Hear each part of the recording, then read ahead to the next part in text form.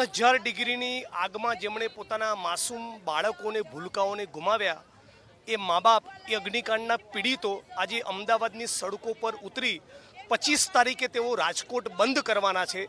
એવી ગુહાર લઈને એમણે ઉતરવું પડે એ પોતે જ રાજ્યની પોલીસ પ્રશાસન અને સરકાર માટે બહુ શર્મનાક બાબત છે। જે પીડિત પરિવારોએ 3000 ડિગ્રીની આગમાં પોતાના માસૂમ બચ્ચાઓને ગુમાવ્યા હોય એના માટે રાજ્યની સરકારનું વલણ અતિ સંવેદનશીલ હોવું જોઈએ। 72 કલાક એમણે અનશન કરવું પડે, રાજકોટની ગલીઓ ગલીઓમાં ફરીને પત્રિકાનું વિતરણ કરવું પડે, રાજકોટની જનતાને હાથ જોડીને એમનું સમર્થન માગવું પડે, પોલીસ કમિશનરની કચેરીની બહાર ઘેરાવ કરવો પડે, અમદાવાદ સુધી લાંબા થવું પડે, 25 તારીખે રાજકોટ બંધનો કોલ આપવું પડે। આ રાજ્યના ગૃહમંત્રી અને મુખ્યમંત્રી માટે બહુ જ મોટી શરમનો વિષય છે, કેમ કે નોન કરપ્ટ અધિકારીઓને તપાસ ટીમમાં લેવા માગતા નથી અને જેમની ઉપર કરોડોના તોડ કરવાનો આરોપ છે એવા અધિકારી જોડે તમે આનું ઇન્વેસ્ટિગેશન કરાવી રહ્યા છો એ પીડિત પરિવાર રાજકોટ અને ગુજરાત જોઈ રહ્યું છે। એટલે અમારી માગણી છે કે નોન કરપ્ટ અને મજબૂત કરોડરજ્જુવાળા પ્રમાણિક અધિકારીને તપાસ ટીમમાં લેવામાં આવે, પીડિતોને મશ્કરી કરતા હોય એમ 4 લાખની 1 કરોડનું વળતર ચૂકવવામાં આવે અને આ કેસ